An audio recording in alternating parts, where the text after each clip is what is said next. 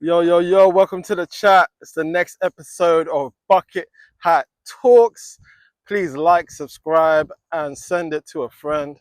And today's episode is on how careers, investments, and life choices shape you. I'm here with my best friend and my little brother, and they're going to hit me with some comments today, some questions. You can post your questions in the chat. And yeah, let's get to it. W's in the chat. Do we have question number one? We do. Question number one, how has your idea of success changed as you've gotten older? Oh, that is a great question. So the question is, how has your idea of success changed as you got older? And I think before university, so before the age of 18, you definitely don't have a good view of reality, mainly abilities. So probably you have a lot of hopes and dreams. As I know I did for sure, but the actual reality of putting that into practice, I think, hasn't hit just yet because you don't have to pay bills. And then you go to uni and you might study your subject and you have your first experience of money management, whether that goes good or bad. I think for me, I didn't manage my money well for sure. And then you have reality. So when you actually need to pay bills, I think that's when mama language, that's when the shit hits the fan. And maybe the aspirations of what you had as success is definitely going to change because the benchmark has changed and you're actually faced with having to put the consequences of your actions, whether they were good choices or bad choices up until that time when you've graduated and you actually are supporting yourself. I think it's your idea of success changes. Whether the bar goes higher or lower, I think is kind of interesting. My idea of success personally has now gone away from maybe a dream or aspiration and more to a specific number, like a certain amount of money that's being earned per month to be comfortable, which, and I don't really care where that comes from, but the money needs to be there type thing, which I think is kind of interesting because maybe when I was younger, I definitely had dreams and aspirations of pursuing a particular career or following my passion, and that has definitely changed for sure. So, which is a little bit, you said it's a little bit sad actually, but I think that's also the reality is of life. If you haven't got people around you that can help give you like the guidance and wisdom to help turn your passion into a reality, and you have to figure it out for yourself. If you haven't been born, into a particularly rich family that can support your dreams from a young age, or then you need to kind of learn those lessons the hard way. So, that's kind of how my idea of success has been, has grown over time. I think mainly based on the responsibilities of looking after myself or others around me, and those kind of financial pressures has definitely kind of shifted my focus away from maybe passion as opposed to just the practicality of getting certain bills paid. W's in the chat. That was a very good question. So, just to follow up on that, Yeah. because I know you from young. Yeah. So we hear a lot of stories about people that follow their passion and manage to make it. Yeah. So are you saying not to then and think of stuff practically, logically, and chase the bag instead of your passion? It's a really good question. So the question is, should you think about things logically and make sure that you're making ends meet, or should you chase your passion? And I believe that even with the wisdom that I have now, I would still say chase your passion. And there's a reason why I say this, because there's a quote from Ed Sheeran that he made 10,000 songs to be able to make one hit. And so if you spread that to 10,000 songs, I don't know, let's say you know what you want to do from the age of 8 or 10 or something. By the time you're an adult, you've already put in that time. Hopefully you're actually I mean, Olympic athletes, for example, are training from a very young age. Ballerinas are also training from the age of 4 years old, right? And they end up going to the national. But I think the main defining factor is the support system around that. And if you don't have that support system, then you might be forced to be practical whether you like it or not. I think that's the box that I fall into. If I had a different maybe support system around me, I would have been able to just fully focus on my passion and make that a reality. That being said, Mhm. how much does timing, hard work, and connections play a part? Well, I think that's everything. To be honest with you, that's a great question. How much does timing, connections, and money play a part in you achieving your passion as opposed to just following the motions and getting the bills paid? It's a wonderful question. I think it plays a massive role because, for example, like let's say acting industry, the industry that I'm in, a lot of the people that I know that who are successful, their parents are directors, or their parents are producers, or they're cinematographers, or they know, people in certain places which can just directly get you a role.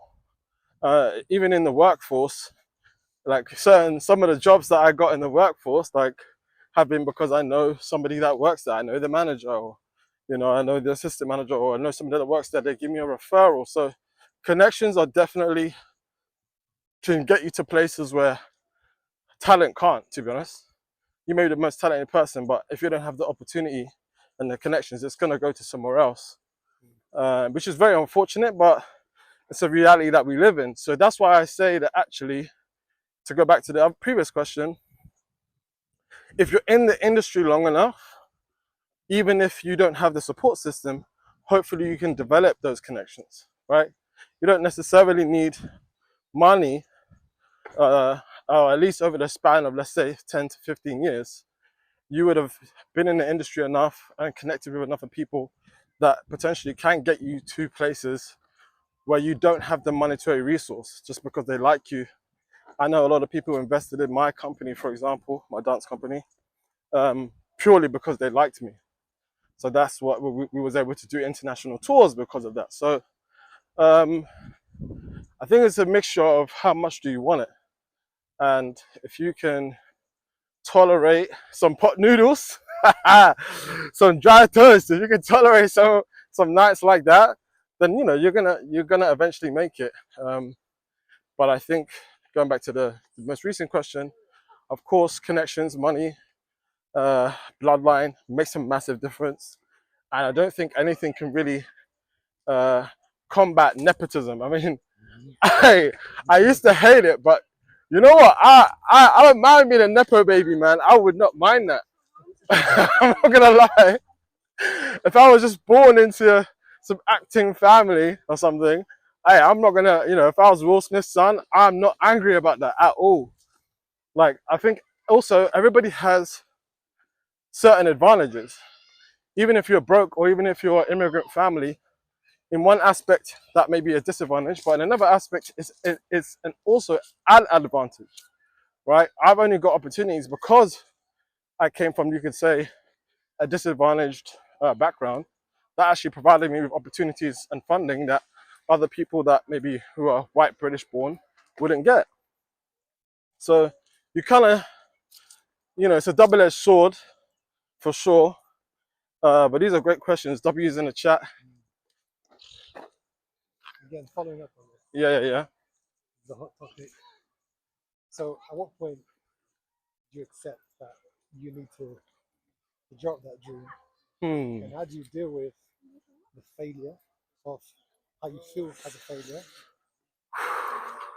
And then what do you even do? It's a tough question. Once you've dropped your dream. Okay, this is a brilliant question. So I'll summarize. What do you do when you have to accept that it's time to give up your dream and focus on being practical? How do you navigate that process? And how do you accept the failure of not being able to achieve what you wanted to achieve when you were young? I think this is a great question. Definitely a difficult question to answer. I would say two things. I think thing number one, depending on the dream, it's only over until you say it's over. Now, let's say if it's a dream to be in a specific like position by a specific time, if that time's passed, then there's nothing else you can do about that, right? So if that time has passed, it's gone, or if that event has passed, it's gone. And I think it's devastating, really. I think it can change your whole personality, and also the failure side of it. Like, how the hell do you cope with knowing that you failed? You tried, maybe you didn't try your hardest, but you definitely tried, and you wasn't able to achieve the thing that you wanted to achieve. I think that can drive a lot of people to depression, to be honest with you. It's not easy to be able to cope with that. I would say the only way to kind of cope with that scenario is to take up a new passion, is to look at other aspects of your life.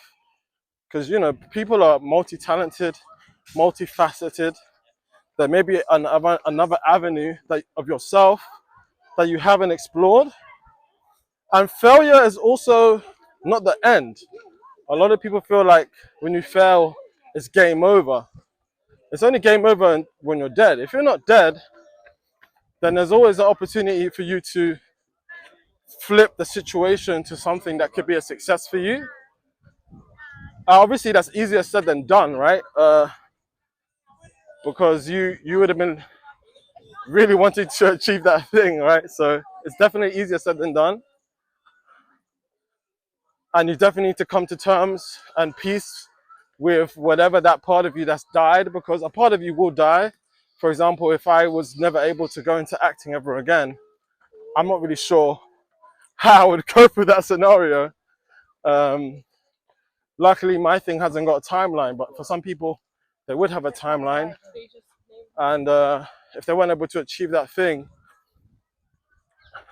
yeah, it can really drive people to some extremes. So I think you need to just believe in yourself that you have more to offer in the world. There's parts of you that maybe you haven't explored, and you have to get up on the horse and try again at something different. Yeah, W's in the chat. That's a very difficult question. I don't think I fully answered that properly, but I think that's, the best answer I can give to that. We are all the way lit. The sun is shining. Get outside and get some fresh air. Do you have another question? Go ahead. All right. You think putting pressure on yourself too young can be a detriment to your future? It's a great question, bro. So the question is, do you think putting pressure on yourself too young can be a detriment to your future? Does the family background matter how much you put pressure on yourself? Yeah, okay. So does putting pressure on yourself too young have negative effects on your future? And is that also doubled by the pressure from your family? This is a really good question. Especially you coming from an African background. Yeah, I think there is a mixture. When you're in a rich family or whether you're in a poor family, you both sides have pressure. It's because let's say you're coming from a rich family, then you have a lot of things provided for you, and there's a higher expectation of you to succeed, and they probably have way more control over you because they're not worrying about money in the same way a medium or average income family would be. So they're investing in you. Essentially, you're a stock for them. And they want to see the return on their investment. So, you don't get an easy ride just because you're born with a silver spoon. But it's a different type of pressure. Talking about my own experience, I was not born with a silver spoon. I was born with an African one. So the pressure to be able to, as first generation immigrants, the pressure to be able to make something of myself in this new country, in this new language is definitely high for sure. I guess my parents have done the hard job of getting us here, and now it's up to us to kind of establish ourselves here and make a footing. And how did that affect my childhood? Yes, 100%. Like, did I have a a normal childhood.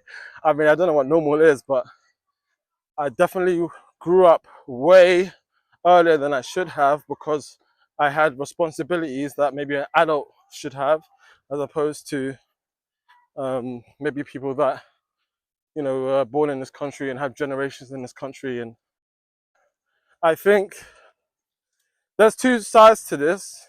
There's one side where I'm like, to be honest with you, if the pressure made a diamond, then maybe it's worth it, right? But if the pressure eventually destroys you, then I don't think it's worth it in the end. So if it pushes you to a place where you achieve excellence, and that excellence is something that you want, and you're able to provide for your family, I think that's a beautiful thing. At the sacrifice of your own childhood, that's unfortunate, but also like, maybe my opinion on this would have been different 10 years ago, but because I'm older now, I've come to realize that people really only care about results. Like, the woulda, coulda, shoulda doesn't really matter. People kind of just care about what you did do, not what you're saying that you're going to do. So if that pressure made you have the ability to provide for your family now, despite maybe not having a wonderful childhood, then it is what it is, because people only really care about the results. But if you had that pressure and kind of broke under that pressure and didn't really reach your full potential, then people are just going to look at you like a bum. I don't really know what's better. Like, what's better in that scenario? It's hard to say, right? You look at Michael Jackson, like, he's getting beat every single day, but he's like freaking billionaire, owning the stocks of the Beatles, like, you know. But he had no childhood, right? He was on the TV screen from like 5 years old.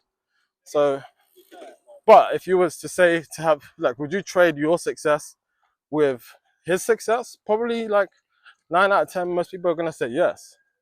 So it's a difficult scenario. And where I'm at now, yeah, it would have been nice to have been able to play more, sure, but I definitely would have probably wanted more results, realistically, because then your future is brighter, and you can always play when you're an adult. You can't get back those years for sure, but if you had to choose, like I said, most people I think would pick the success or money and fame of Michael Jackson as opposed to having a wonderful childhood. That's a really good question, bro. Like, I think it's a difficult one to answer. Sorry. So if you go back, let's say late teens, early 20s, would you have enjoyed more, traveled more, experienced more, or would you have worked harder and cut that enjoyment out?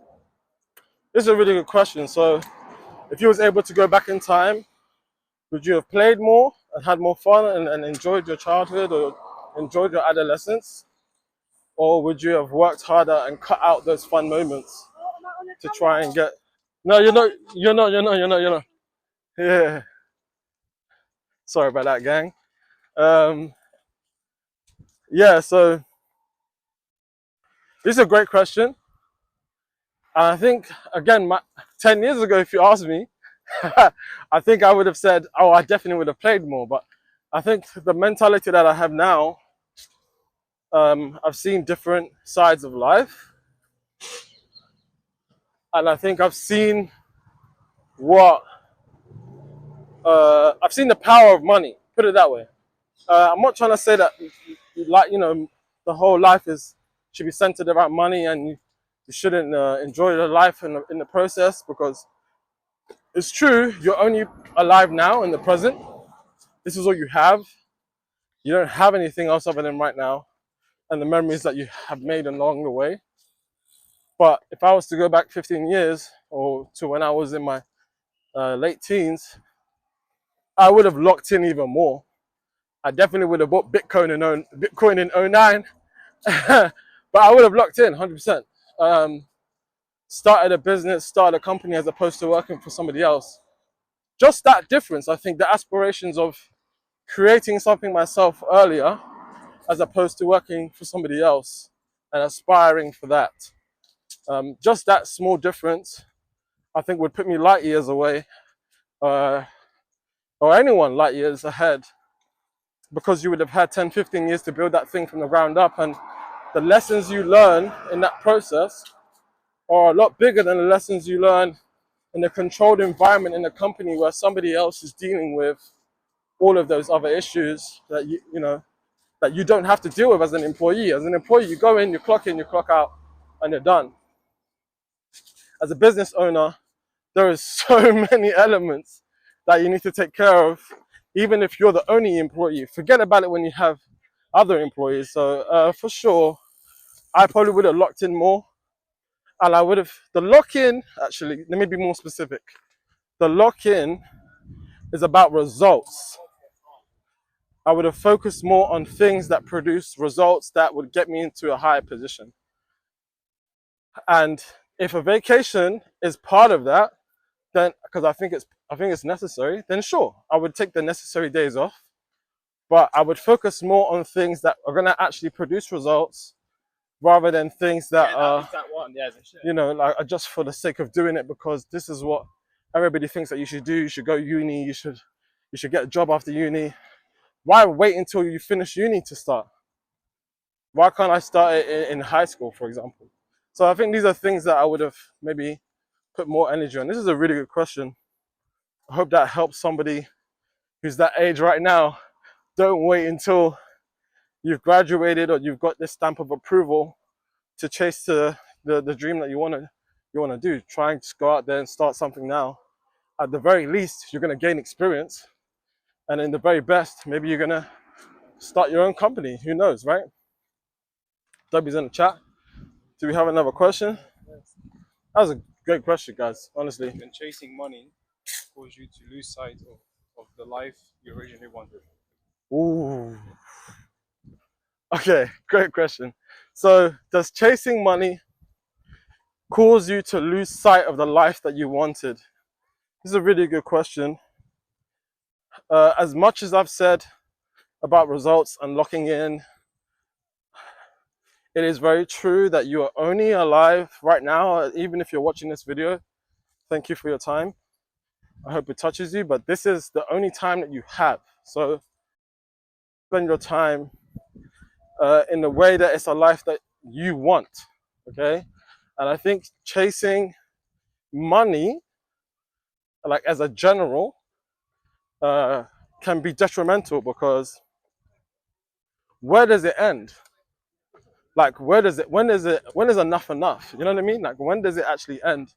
So I think it's definitely important, because I know people that are just lost in the sauce, man. They're just lost in trying to lock in and like, yeah, I'm gonna hit gym 100 times a week, and I'm not gonna sleep, and I'm not gonna speak to no girls. I'm not gonna masturbate, like, no, not every day. Like, I know guys like that. But it's a whole lot of rowing, but in what direction? I think that's the main thing. So that's why when I say I would have focused on things that produce results, I think it's important that when you're chasing money, what's the figure? What is the number figure? Is it 100,000 a year? Is it 500,000? Is it 1 million? And what are you going to do with that money? How does it help you or help others?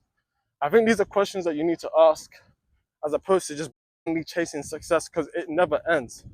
There's billionaires now, there's trillionaires. So when you look behind you, who's even with you? Like, have you missed your kids growing up? Have you missed moments with your brothers, with your sisters? Is your mom still alive? Is your grandma still alive? Like, have you spent time with these people? Because that's your legacy. The people that are around you are your legacy. Your company can get bought by somebody else, and a bomb can come down and destroy that building, and you got to start from scratch. Like, so you really got to think about also your legacy. I'm not going to say the words balance, because I don't think it exists, actually. There's a balance in the world, there's universal laws, but we are not perfect beings, so we can't have balance, actually. I used to talk about balance, but I don't think it's possible, actually. I think if you want to achieve something, then you need to be focused. And the meaning of focus is to put your attention on one thing, as opposed to everything else. So to go, when you're at the job, you're working, right? When you're taking a poo-poo, you're focusing on about wiping your bum, or maybe you're on TikTok and maybe that's your focus. Who knows, right? So, like, to have your attention on something is actually to ignore everything else. So it's impossible to be balanced. But I think you need to think about the type of life that you want to live and how much money that you need to live that lifestyle. And once you achieve it, then you've achieved it. But I think even in that journey of achieving it, you need to ask yourself, do you want a journey where you don't give a crap about the people around you? Or not? Like, I think that's like some questions that you need to ask yourself before you start dedicating yourself to whatever that it is. This is a really good question. Yeah, W's in the chat. The topic of money. Yeah. If you find a way of making money that is not ethical, or maybe is not legal, or you're in breach of a contract, but you're not hurting anyone, you're providing for your family, how does that sit with you? This is a really good question. So, if you found a way to make money that maybe in other people's eyes would be seen as unethical, or maybe you're breaching your contract, but it gives you the ability to provide for your family. Should you continue to do that? Where does that sit on the value system? So this is a really good question. I think the emphasis is on, does that negatively impact or take away from other people? Are you doing more bad than good? Because everything that you do is going to be part good and part bad. Like, there's no action that is purely one thing, I don't think. Even if you give a cake to your child, that might be a cake that from a shop that was the last cake there, and I can't give that same cake to my child, right? So there could be acts that you do that are really positive, but it will have some negative and some manner of aspect. So I think my opinion on this has definitely changed over the years. I'm not gonna say go out there and like get a gun and start robbing banks, right? But I will say that if you're able to get yourself out of a dire situation, and it means that you might need to bend some rules to do it, and it doesn't hurt anyone to bend those rules, you might just gotta be the back bender. You might just you might just need to, some things might have to start. Yeah, like I would definitely say, I'm not encouraging that, but at the same time, like I said, there is people that are born with certain advantages, and if you have a certain knowledge that's going to give you an advantage, maybe it might be unethical, sure, but if it's allowed you to get yourself out of the situation and provide for your family, you got to weigh the pros and cons of that.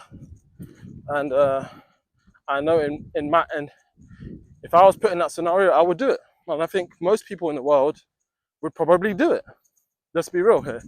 Like, we can pretend that we are holier than thou, but if I told you I know the lottery ticket numbers, and you can play this lottery and it's going to give you the X amount of money, but it's a little bit unethical and breaking the rules, most people are going to run up that lottery and cash in. So being realistic, like I said, I don't encourage it, but you need to get yourself out of the system, because there's a lot of people doing far worse things and getting away with it every single day, especially when you look behind the curtain. So if you're able to do it and it doesn't negatively affect people around you, then why not? It is what it is.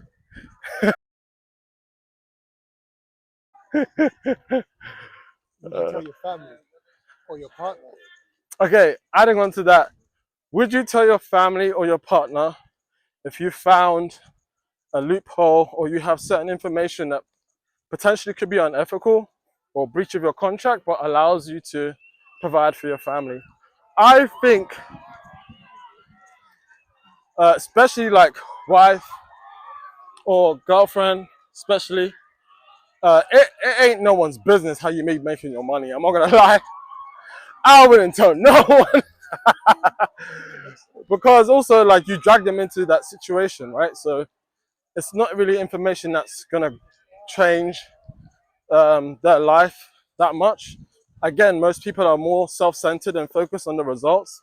They care more whether they have a roof over their head as opposed to how this roof was made, right? When you go into Sainsbury's and Tesco, I don't think you're thinking, oh, I wonder how they made this chicken. No, you're just going there and you're picking it up and you're buying it. Let's be real. So I don't think it's going to do those people that many favors, nor will it do you many favors, because they're not in your position. They don't have the same responsibilities as you, and they can potentially cause more problems than not. So I would probably say keep your business to yourself, make your money, take care of your family. As long as it's not going to backfire on them or you, then I would just keep it to yourself and just keep it stepping. Yeah, that's a tough question, but GG's. Davi's in the chat. Do you have a question on you? What's the best investment you can make? Okay, so the question is, what's the best investment you can make? Again, besides Bitcoin in 09, what's the best investment you can make? Well, there's a reason why people tell you to go to uni, right? And I think now we're of the energy of, oh, uni's, my language, uni's shit. It doesn't do nothing. I barely use my degree. But actually, it's not that university is bad. It's probably that you picked the wrong course. I think education is definitely important. The reason why I say this is because information can make a massive difference. Most people don't even know about stocks to invest. So that's just how powerful information is. If you're educated, you know about certain scenarios, certain loopholes, certain investments that will allow you. So I think the biggest investment that you can make is to invest in yourself, develop yourself, take care of your health, invest in your education, because this will allow you, wherever you go to another country, you still have that wealth of information. You are still valuable. If you know how to make a coffee, you can be a barista in any single country in the world. You can be a car mechanic in any single country in the world, right? You can be a broker or accountant anywhere. So they can't take that from you. They can put you in jail, but they can't take that from you. So the biggest investment you can probably make is in yourself, because that will compound over time as well. So that's a really great question, actually. And an answer I wish I knew a long time ago, because I think sometimes we spend too much time investing in other people and we don't never see those returns.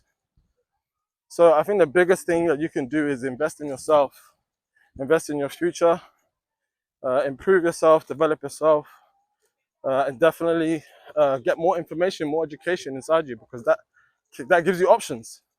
You have more options, right? If you're stuck somewhere and there's a car there, if you know how to drive, you have the option of going in there and driving to safety. So education, information can save your life. W question. W's in the chat. Thank you. Going a bit personal. Yeah, go for it. What's been the biggest waste of time or poor investment that you've ever made yourself? Okay, so the question is, what has been the worst investment or worst waste of time that I personally have made? And I only came to this realization recently. The context is, I believe a man, or even not say a man, you can say adult. I think you become an adult when you're responsible for yourself, right? When it's not like a specific age. When you take full responsibility for yourself, how you eat, sleep, and poop, then I believe that you are in your adulthood. Obviously, there's levels to it, but I think you've reached your adulthood. I say that to say, before I reached my adulthood, I was taking care of other people, i.e. girlfriends. That's it. So the biggest waste of my time and energy and resources was before I was an adult, meaning before I was fully able and capable of taking care of myself. I just, for some strange reason, well, you know the reason, right? I wanted to have some nice time in the bedroom, huh? Was taking care of all these different females along the, you know, during periods of time where I should have been investing in myself, right? And when I think about the amount of money, like if I really think about the amount of money spent, I think it's easily over 20K, you know? I think it's easily over 20K. Imagine what you would do with 20K in your hand right now.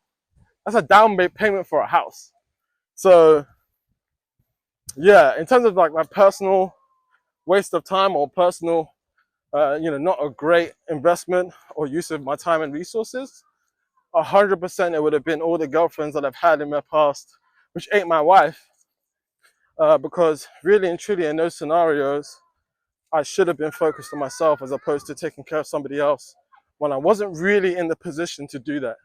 If you are in a position, then you know it's free. It's GG's, right? It's free game. But if you're not in that position, then you shouldn't be really wasting your time. So does settling down too early affect your career? So this is a great. I actually had this conversation with my brother the other day. So here's the question. I think we turn right here, you know, to stay inside the park, innit?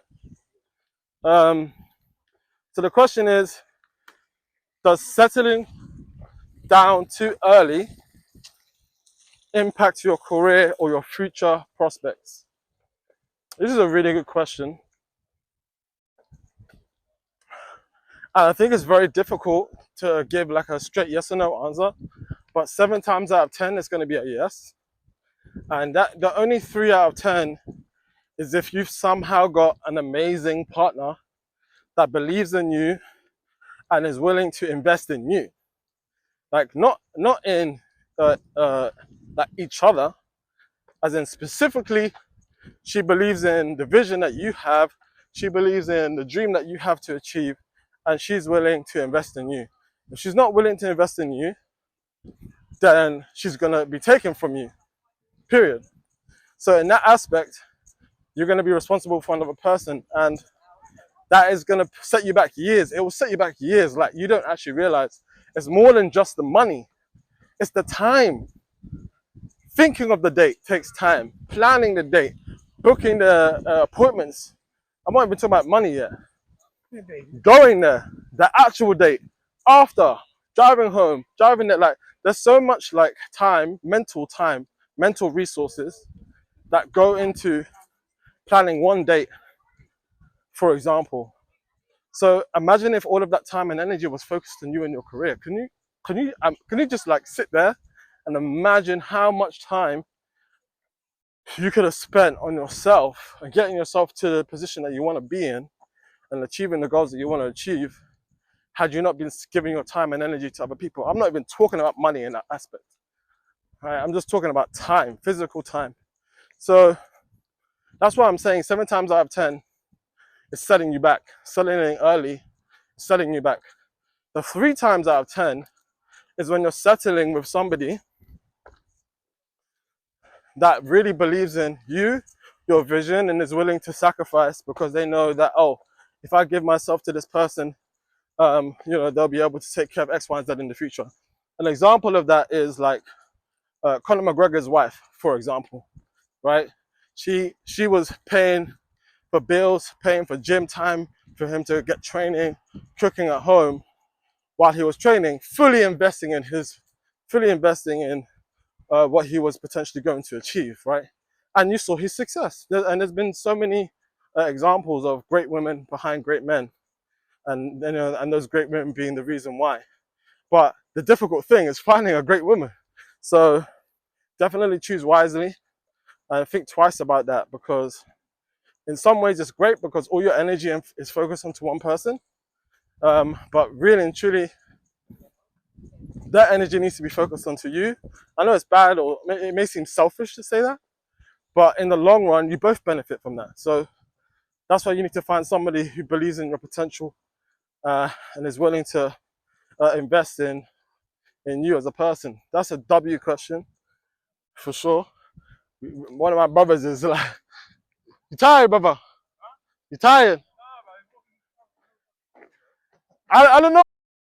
Bro, just switch to the fucking easy. What am I doing, bro? I ain't gonna fucking walk that fast, right? Alright, okay, let's let out of it.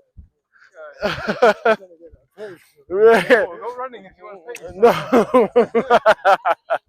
Oh, it's too hot to be fucking walking that fast. Nah, I hear it. We can slow down. Okay. That was a W question, man. Next question will be a harder one. Okay, go for it. Talking very into towards men's mental health. Men's mental health. Right. Let's say you find a job or a way of making money, but requires you to put yourself in situations that maybe you're not going to be happy. So let's say that job is stacking shelves, but it's means to something better. Yeah. But it doesn't make you happy. Should you still be able? Should you just go power through it and disregard your mental health because you're trying to achieve something, or should you focus more on your mental health and do things that make you happy, but maybe not get you the bank? That's a great question. Okay, so the question, to summarize the question, should you continue to be in a job that pays the bills but is very taxing on your mental health, or to be in a job which maybe potentially has lower pressure, you really enjoy, it's fun, but it doesn't necessarily, like, it just covers your bills. You're not saving, you're not investing, it's just taking care of your bare minimum. You're kind of still living paycheck to paycheck. This is a really difficult question, but I think whether you are born with a silver spoon or not, there will come a time where you need to pick exactly this. Do I do the hard graft and reach the next level, or do I stay where I'm at? I think everybody has this happen to them several times in their life, depending on whatever it is that they're in. I think everyone has this, because you still need to reach a level of mastery to get to the next level, even if you have the silver spoon. Doesn't make no difference. You still need to put the work in at some point. And the question is, should you disregard your mental health to achieve that? Well, the question that you need to ask yourself is, do you want to continue to live a mediocre life? Can you continue to stay on the level 1 that you're at while you're watching people and your peers go to level 2, level 3, level 4? That's the real question. Can you live with yourself? Even though your job is nice, is that still not also going to affect your mental health when you're seeing all these other people? They're getting houses, they're getting married, they're having babies, they're getting higher positions in their career or starting new businesses, while you're still, I don't know, stacking shelves or mopping floors, or not to disregard those jobs, but we're talking about there's no progression in those jobs, right? So jobs which have dead ends. And the truth is, probably that level 1 is only going to feel nice for a while. I think at some point, outside factors are going to influence you to the point where you no longer are getting satisfaction from that job. Unless you're really in a, I don't know, I can't really imagine there's probably some 1% of people that can stay in that place and be happy. The rest are going to want a change. You know, it will lead to depression either way. So I think at some point you need to just bite the bullet. So I'm on the side of, yes, you might need to disregard your mental health for a period of time to achieve those goals, because in the long run, it's going to give you breathing room. Right now, you don't have that breathing room. Right now, you're one paycheck away from a rainy day. And that's not a place where anyone wants to be. And trust me, when you're in that rainy day, your mental health is going to take that hit anyway.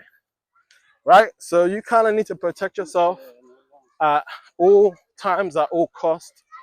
And if it means that you're not smiling for 6 months, I think it's GG's. So you might just need to take that bullet, because either way, you're gonna have to take it. You're gonna pay. You pay the price of your incompetence. That's the tagline. You pay the price of your incompetence, and until you bite the bullet and develop yourself and level up, you'll still be faced with that. And that's just the hard truth of life. Again, like I wish things were different. If I was president, it would be different. Vote J Dot for president, but I ain't president, so your ass is gonna have to go to work. GG's in the chat. Hey, that's a dope question. do you have any more? Are we done? How you feeling? Me, my important is mental health when you're a man and you've got shit to do. So this is a good question. How important is mental health when you're a man and you have responsibilities? To be depressed. Do you have time to be depressed? I think this is a very good question. I think men are unique in this aspect, where they have a button that they can switch on and kind of just be a little bit analytical and cold and just get the job done type thing. Do I think that's right? No. Do I think that like we are having to be forced to do this thing? I don't think it's, no. I'm like in the best case scenario, that's not happening. But the reality is, men are judged by their value. They're judged by what they can provide. They're judged by what they can protect. They're judged by what they can produce. They are not just inherently, men are not loved unconditionally. They're loved on the conditions of what they can bring to other people. So, unfortunately, as much as I would love to say that men's mental health matters, but in society, you don't give a crap about men's mental health. Society would be very different if it did. What do they care about? Results. So, unfortunately, as a man, your own mental health is your own responsibility. Hopefully, you have a network around you of other men who are in similar scenarios to you and can understand your pain, and you can cry to them. Because if you cry to a girl, yeah, you lost that girl. She gone. Like she's gonna lose respect for you. So you're gonna have to find some brothers that you can trust and cry to them and try and get some strength from them, because that's just the unfortunate truth. Like, Isn't that toxic masculinity? Yeah? I wouldn't say. I mean, that's a good point. Is that toxic masculinity? Yeah, isn't that toxic masculinity? Yeah? I would just say it's life. I think. Okay, so why do you? Okay, this is getting like super. What's the word? Controversial. Why is there like a percentage of men now who are portraying more effeminate traits? Why is that? You know, I'm not talking specific. I'm not even talking about being gay or not. I'm just saying now portraying traits which you would attribute to the female. There's a reason for this, because the pressures on men is so high that they'll rather associate with the sex that is able to get through life a lot easier as opposed to having to deal with that. So I think we've gotten to an extreme. Whether it's toxic masculinity or not, I don't know. I'm not really the judge of that. But I think we've got to an extreme in society where some men are choosing to be females to escape it. So that should also just show to like the tipping point of where we are in society in terms of this. So if you don't have a brotherhood, it can be very difficult, and it can lead you to doing some things that are irreversible. Drugs, violent tendencies, suicidal thoughts. And we don't really want to go down that road because, again, there's more to life, right? So I think a support network is definitely important, because how the hell else are you going to get over it? Like, you literally, there's no way you can bear that burden on your own. So I don't know if that makes you toxic or not, but that's just the life that we're living, unfortunately. Again, I would love to talk about things like balance, but I don't think it exists. We are not perfect beings, so how can we have balance? I think you can find a level that is tolerable, that still gives you a certain level of happiness, and you're still able to achieve your goals, I think you can reach that level. But that's like a balance. That's a balancing act, right? Yes, that's constantly moving the needle. When you need a vacation, you take the vacation. You know, when you need to work, you do the overtime. GG's in the chat. That's a great question on Dean. Like, W for that. We probably got time for like one or two more. I got one a bit more on the personal side for you. Oh! It's okay. Charlie Brown. Yeah, them kids, eh? Think twice when you have them kids, y'all. So, W's in the next chat. question is about motivation. Okay. So, how do you motivate yourself to keep going? So, then dark days when you feel like a failure, maybe you've not been productive, or felt like you achieved something, or even gone backwards. What do you do to yourself personally? What do you advise the chat? This is a great question because I'm still dealing with this. So, yeah, okay. The question is, how do you motivate yourself when you feel like you're down in the dumps, you're not seeing results, you're feeling depressed, you're feeling like you're going around in circles and you're not seeing the progress that you want? This is a really good question. So, I think motivation is good. I think discipline is better. If you can develop a discipline or a routine in your life that you don't really have to think too hard about, you just wake up, you do the run, you wake up, you do the reps, you wake up, you hit gym, whatever it is that keeps you disciplined, or you wake up and you do the work, that's great, because discipline doesn't necessarily look at results. In terms of staying motivated though, you just need to always remember that, this is what you need to remember, that if you do less today, it makes the journey longer. If you know that you have an 800-meter run and you're walking, you know it's going to take longer. If you stop, you know you're just delaying the inevitable, right? Either way, you need to finish this race. You need to achieve that thing. So the more that you procrastinate and self-sabotage, the longer it's going to take. So I think I take motivation from the fact that the cure for depression is action. The cure, action. When you feel depressed, it's usually because you feel overwhelmed. There's an overload and you feel like you're in a bottomless pit and the actions that you do maybe are not having the effect that you want.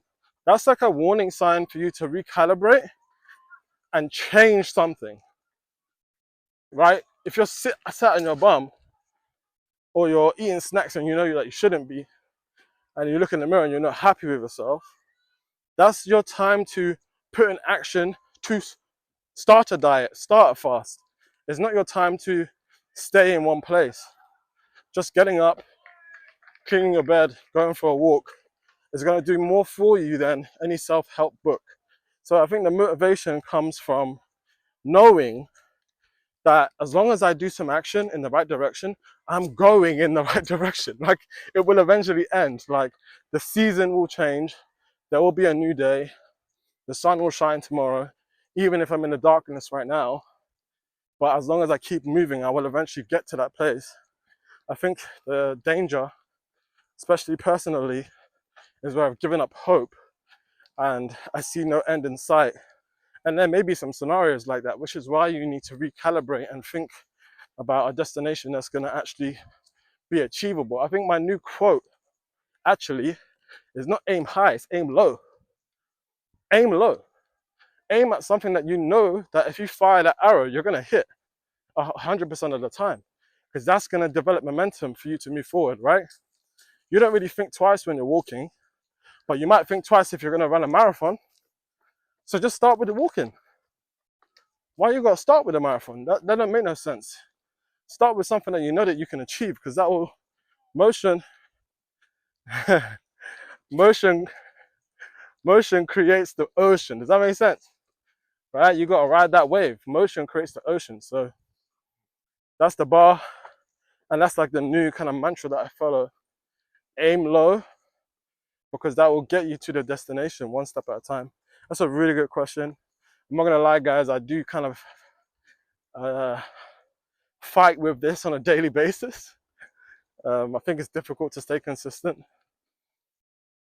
And it's very easy to self-sabotage yourself because maybe you feel like you don't deserve it, or, you know, there's a myriad of reasons deep down why you're self-sabotaging yourself. That's a whole nother podcast, really. But the answer to most of all of your problems is action. It's not to sit in it. Don't wait. No one's going to save you. Get up and do something, because you can improve something. You can't improve nothing. So there needs to be something there. I think we're going to end the podcast there. W's in the chat. Thank you so much for my co-guest, my co-host today. You put some amazing questions to me and challenged me.